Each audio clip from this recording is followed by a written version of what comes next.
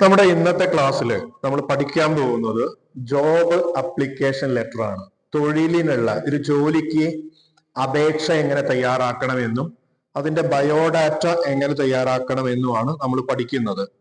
ഇതൊരു 8 മാർക്കിന്റെ ചോദ്യമാണ്. എല്ലാ പരീക്ഷയ്ക്കും ഷുവർ ആയിട്ട് വരുന്ന 100% ഉറപ്പായിട്ടും വരുന്ന ഒരു ചോദ്യമാണ് ജോബ് അപ്ലിക്കേഷൻ ലെറ്റർ എന്നുള്ളത്. അപ്പൊ 8 മാർക്ക് വാങ്ങാൻ 2 പുറമായിട്ട് എഴുതേണ്ടതുണ്ട്. ഒരു ആൻസർ ഷീറ്റിന്റെ 2 വശങ്ങളും നമ്മൾ ആൻസർ ചെയ്തെങ്കിൽ മാത്രമേ ഇതിന്റെ 8 മാർക്ക് കിട്ടുകയുള്ളൂ. അപ്പൊ നമുക്ക് ഇവിടെ ഒരു ചോദ്യം തന്നിട്ടുണ്ട്, നമുക്ക് അതിലേക്കൊന്ന് നോക്കാം. ഈ ചോദ്യം നമുക്കറിയാം 2x8 ആണ്. ഏറ്റവും അവസാനം വരുന്ന ചോദ്യങ്ങളിലാണ്, അതായത് 8 മാർക്കിന് എഴുതേണ്ട ചോദ്യമാണ്. അപ്പൊ നമുക്ക് നോക്കാം. 26ാമത്തെ ചോദ്യമായിട്ട് കഴിഞ്ഞ മാർച്ചിൽ ചോദിച്ച ചോദ്യമാണ്. Inspired by Shaheen Misri, you wish to join Akanksha Foundation as a teacher or volunteer. Shaheen മിസ്രിയുടെ കഥ നിങ്ങൾ വായിച്ച് ഇൻസ്പയർഡ് ചെയ്തിട്ട് അകൻഷ ഫൗണ്ടേഷനിൽ ജോയിൻ ചെയ്യാൻ പോവുകയാണ് നിങ്ങൾ. എന്തായിട്ട്? ആസ് എ ടീച്ചർ, ഒരു ടീച്ചറായിട്ട് ജോയിൻ ചെയ്യാൻ പോവുകയാണ്. Okay, teacher. You are Smitha, നിങ്ങളുടെ പേര് സ്മിത എന്നാണ്. Post graduate in English literature, English ഭാഷയിൽ നിങ്ങൾ പോസ്റ്റ് ഗ്രാജുവേഷൻ നേടിയിട്ടുണ്ട് എന്ന് പറഞ്ഞാൽ PG നേടിയിട്ടുണ്ട്. നോക്കാം നമ്മുടെ ചോദ്യം ഒന്നുകൂടെ താഴോട്ട് വരിക. Being socially responsible person, you are willing to share knowledge, skill, the benefit of underprivileged, prepare a letter of application and resume to be send to the foundation. അപ്പൊ നമുക്ക് നോക്കേണ്ട സാധനം ഇവിടെ കിട്ടി. ഇത് എന്ത് ചോദ്യമാണ്? ചോദ്യം കണ്ടോ? Prepare a letter of application, application letter തയ്യാറാക്കുക എന്നാണ് ചോദിച്ചിട്ടുള്ളത്. അപ്ലിക്കേഷൻ ലെറ്റർ തയ്യാറാക്കുക, ജോലിക്കുള്ള അപേക്ഷാ ലെറ്ററും റെസ്യൂമും തയ്യാറാക്കുക എന്നാണ് പറഞ്ഞിട്ടുള്ളത്. അപ്പൊ നമ്മുടെ ചോദ്യത്തിൽ ഇത് നോക്കിയാൽ മതി.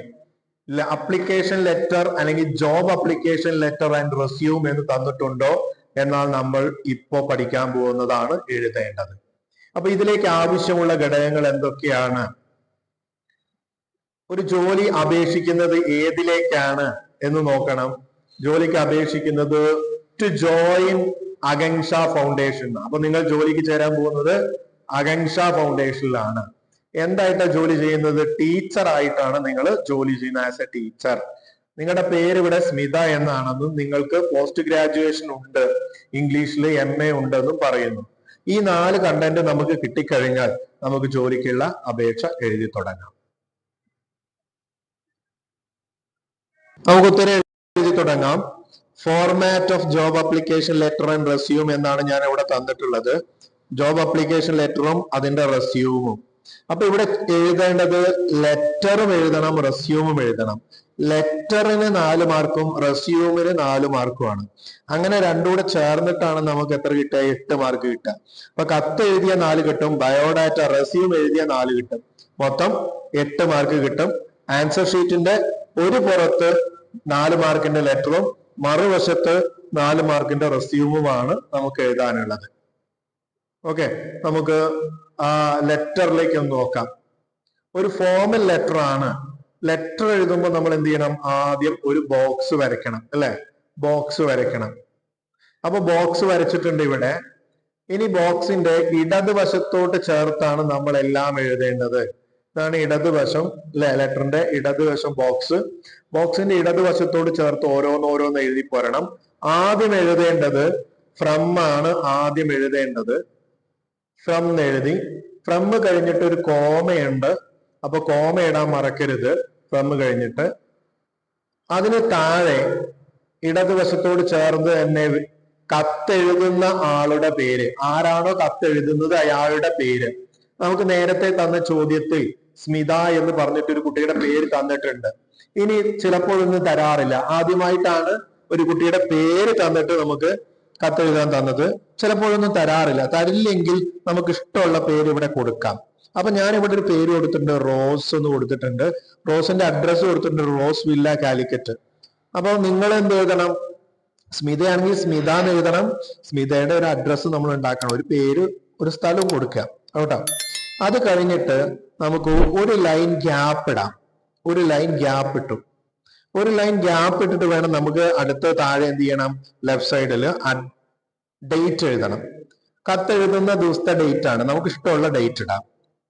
ഓക്കെ, അങ്ങനെ നമ്മൾ എന്ത് ചെയ്തു, ഡേറ്റ് ഇട്ടു. ഓക്കെ, ഡേറ്റ് ഇട്ടു. ഡേറ്റ് ഇട്ടതിന് ശേഷം വീണ്ടും നമ്മൾ ഒരു ലൈന് ഗ്യാപ്പ് ഇടുന്നു. അതിനുശേഷം നമുക്ക് എഴുതേണ്ടത് ടു എന്നാണ്. ടു എന്ന് എഴുതുമ്പോഴും നമ്മൾ ഒരു കോമ ഇടണം. ടു എന്ന് പറഞ്ഞത് ആർക്ക് എന്നുള്ളതാണ് ഇനി എഴുതുന്നത്. ആർക്കാ കത്ത് എഴുതുന്നത്, അവരുടെ അഡ്രസ് ആണ് ഇനി വരേണ്ടത്. അപ്പൊ നമ്മുടെ ചോദ്യത്തിൽ തന്നിട്ടുണ്ട് അകൻഷ ഫൗണ്ടേഷൻ. അപ്പൊ നമ്മൾ ഇവിടെ അകൻഷ ഫൗണ്ടേഷൻ മുംബൈ എന്ന് എഴുതും. ഇവിടെ തന്നിട്ട് കണ്ടോ, കമ്പനിയുടെ പേരും അഡ്രസ്സും ചോദ്യത്തിൽ നോക്കി എഴുതുക. ചോദ്യത്തിലുണ്ട്, ആ ചോദ്യത്തിൽ നോക്കി കമ്പനിയുടെ പേരും അഡ്രസ്സും നമുക്ക് എഴുതാൻ പറ്റും അല്ലെ. ഇവിടെ നോക്കൂ, ചോദ്യത്തില് അകൻഷ ഫൗണ്ടേഷൻ എന്ന് തന്നിട്ടുണ്ട് അല്ലെ, കമ്പനിയുടെ പേര് തന്നിട്ടുണ്ട്. അപ്പൊ സ്ഥലമൊക്കെ നമുക്ക് കൊടുക്കാം, ഒരു സ്ഥലം അങ്ങ് കൊടുക്കാം കേട്ടോ.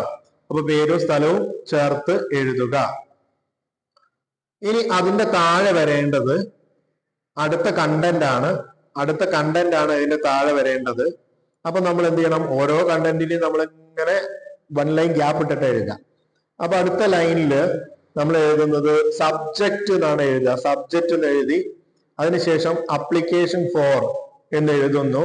എന്നിട്ട് ഏത് ജോലിക്കാണ് അപേക്ഷ കൊടുക്കേണ്ടത്, ജോലിയുടെ പേരാണ് ഇവിടെ എഴുതേണ്ടത്. ജോലിയുടെ പേര് എഴുതുക. അവിടെ നമ്മൾ പറഞ്ഞിട്ടുണ്ട് ടീച്ചർ എന്നാ കൊടുത്തിട്ടുള്ളത് ചോദ്യത്തില്.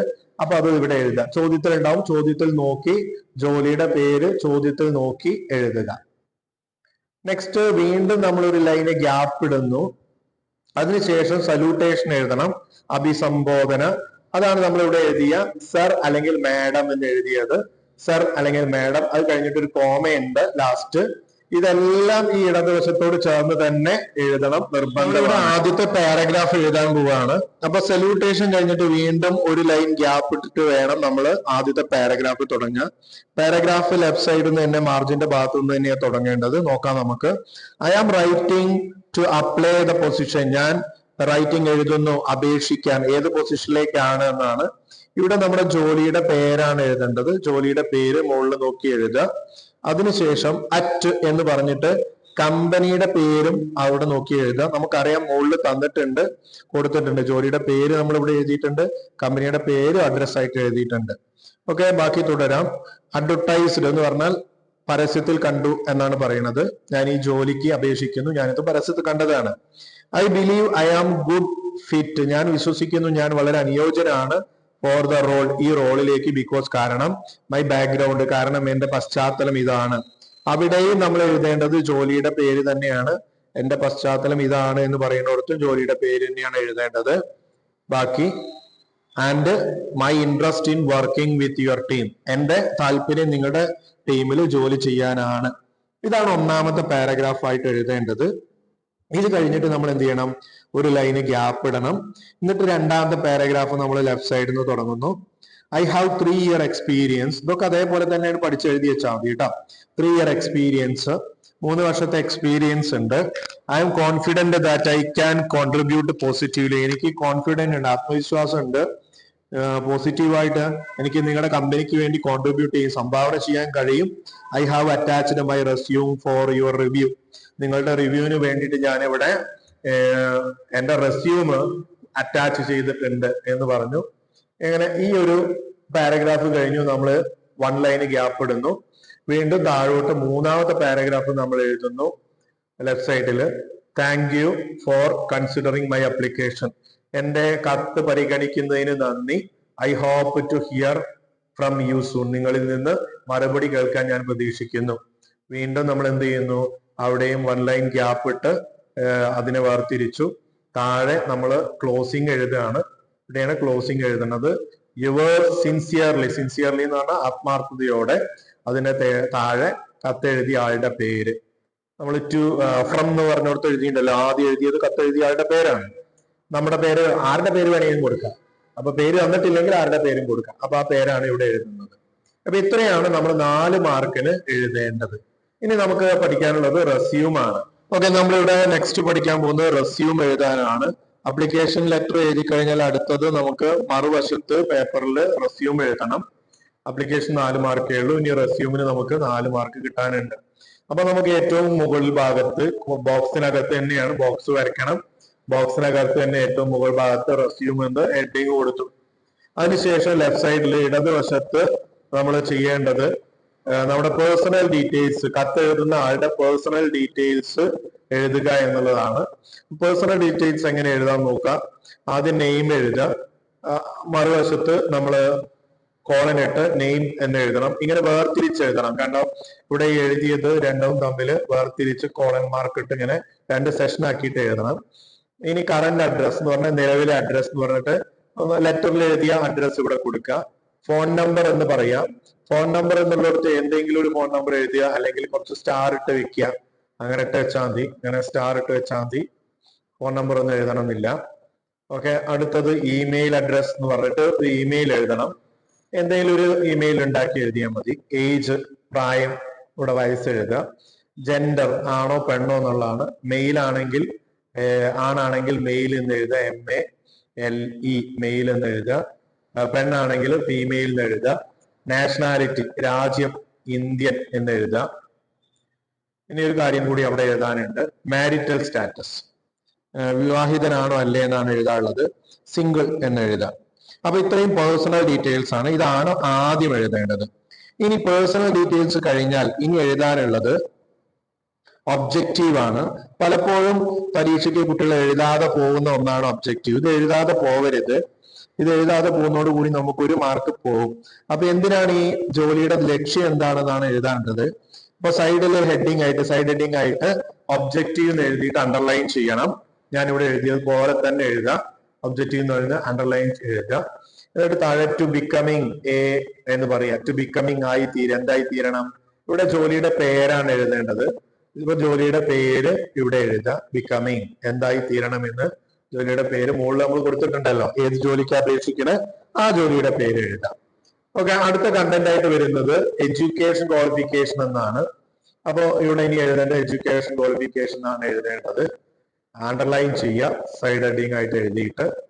എന്നിട്ട് അത് ബോക്സിൽ വേണം എഴുതാൻ. അപ്പൊ ഏറ്റവും ഉയർന്ന ക്വാളിഫിക്കേഷൻ ഏറ്റവും മുകളിൽ വരുന്ന രീതിയിലാണ് എഴുതേണ്ടത്. ഇവിടെ നോക്കിയാൽ അറിയാം, MA, BA, +2, SSLC ഇങ്ങനെയാണ് വരേണ്ടത്. മുകളിൽ നിന്ന് താഴോട്ടാണ് എഴുതേണ്ടത്. ആദ്യം SSLC എഴുതിയിട്ടല്ല വരേണ്ടത്, ആദ്യം ഏറ്റവും ഉയർന്ന കോഴ്സ്. അപ്പൊ ആദ്യത്തെ കോളത്തിൽ കോഴ്സ് എന്ന് എഴുതുക. രണ്ടാമത്തെ കോളത്തിൽ യൂണിവേഴ്സിറ്റി എന്ന് എഴുതുക. മൂന്നാമത്തെ കോളത്തിൽ ഇയർ എന്ന് എഴുതുക.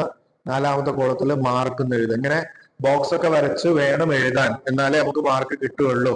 കണ്ടന്റുകളൊക്കെ ഉണ്ടാവണം. ഇതിലൊന്നും നിങ്ങൾ ഒഴിവാക്കരുത്. അപ്പൊ ആദ്യത്തെ ബോക്സിൽ നമ്മൾ MA ഇംഗ്ലീഷ് അല്ലെങ്കിൽ MCOM എന്ന് എഴുതി, കാലിക്കറ്റ് യൂണിവേഴ്സിറ്റി എന്ന് എഴുതി, ഇയർ എഴുതി, മാർക്ക് എഴുതുന്നു. രണ്ടാമത്തെ കോളത്തില് BA ഇംഗ്ലീഷ് എന്ന് എഴുതി, കാലിക്കറ്റ് യൂണിവേഴ്സിറ്റി എന്ന് എഴുതി, 2013 ഇയർ എഴുതി, 97% എന്ന് നമ്മളിവിടെ മാർക്ക് എഴുതി. മൂന്നാമത്തെ ബോക്സിൽ +2 എഴുതി, GHS കാലിക്കറ്റ് എന്ന് എഴുതി. നമ്മുടെ ഇഷ്ടമുള്ള സ്കൂളൊക്കെ കൊടുക്കുക കേട്ടോ. അതുപോലെ വർഷം എഴുതി, മാർക്ക് എഴുതി.